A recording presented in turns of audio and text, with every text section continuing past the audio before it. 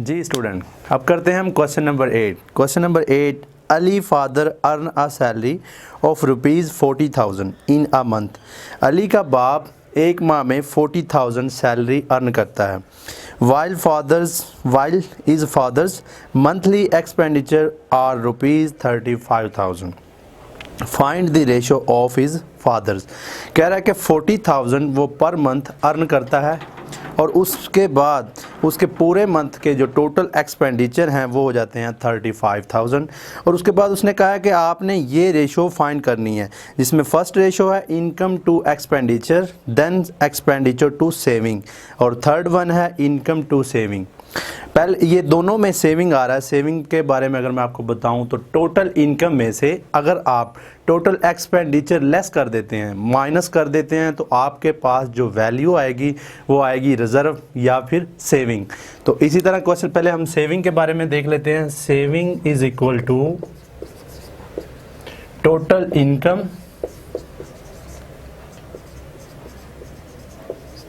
Minus total expenditure. ई लिख देता हूँ क्योंकि जगह थोड़ी सी कम है, इसलिए मैं total income minus total expenditure. ई से मतलब है आपका एक्सपेंडिचर। तो टोटल सेविंग अगर निकालें तो सेविंग टोटल इनकम जो मंथली वो अर्न कर रहा है वो है 40,000 और उसके जो टोटल एक्सपेंडिचर हो रहे हैं वो हैं 35,000। ठीक है जी। अब 40,000 में से 35 अगर आप लेस करें तो 5,000 बन रहा है, जो कि वो हर माह रिज़र्व कर रहा है या फिर सेविंग कर रहा है। तो यही चीज़ हमने निकालनी थी। पहले हम देखें income to expenditure. First ratio हमसे रिक्वायर कर रहा है कि इनकम टू एक्सपेंडिचर रेशो आप निकालें। Income to expenditure, income to expenditure.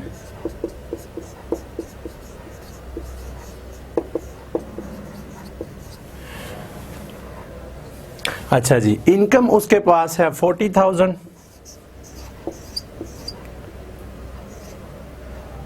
और 35,000 उसके टोटल एक्सपेंडिचर। अगर आप इसको 100 के ऊपर डिवाइड करें, सॉरी, अगर आप ये 30 के साथ कैंसिल कर दें तो पीछे आपके पास वैल्यू आएगी 40:35। दोनों वैल्यू एक ही टेबल के ऊपर डिवाइड भी हो रही हैं, इसलिए हम इसको डिवाइड कर देंगे। 40:35, 8/5 द 40 और 7/5 द 35। तो फिर रेशो हमारे पास क्या बन रही है 8:7, जो कि फर्स्ट रेशो है हमारे पास। सेकंड पे वो क्या कह रहा है कि आपने निकालनी है एक्सपेंडिचर टू सेविंग। जैसा कि हमने सेविंग निकाली 5,000, याद रखना हमने सेविंग निकाली थी 5,000। इसी तरह एक्सपेंडिचर टू सेविंग की अगर वो हम बनाएं रेशो तो वो किस तरह बनेगी, इसको मैं रेज कर रहा हूँ। सेविंग याद रखिए 5,000 हमने निकाली, expenditure to saving second ratio,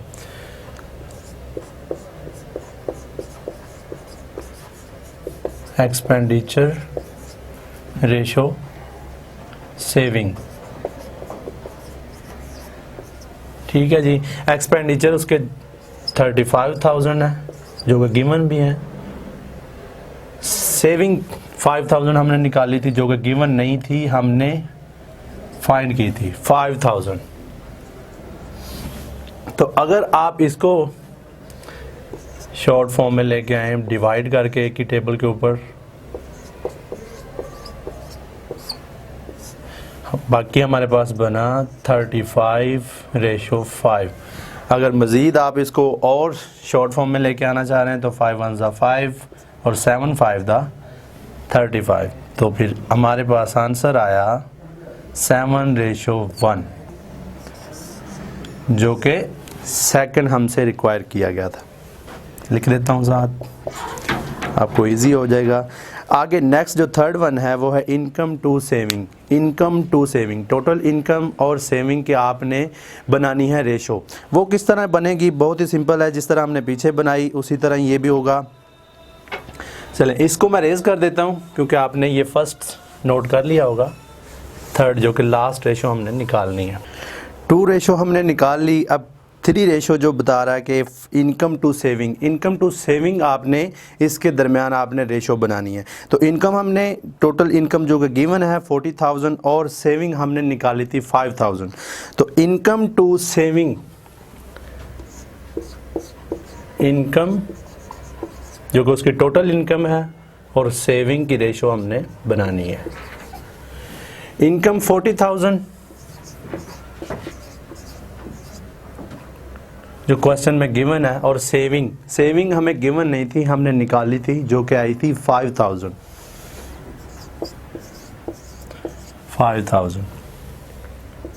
40,000 ratio 5,000। अगर ये 3 ज़ीरो के साथ आप कैंसिल करें तो बाकी आंसर आ रहा है 40 रेशो 5। अगर इसको आप और शॉर्ट फॉर्म में लेके आना चाह रहे हैं तो 5 1 ज़ा 5 और 8 5 ज़ा 40।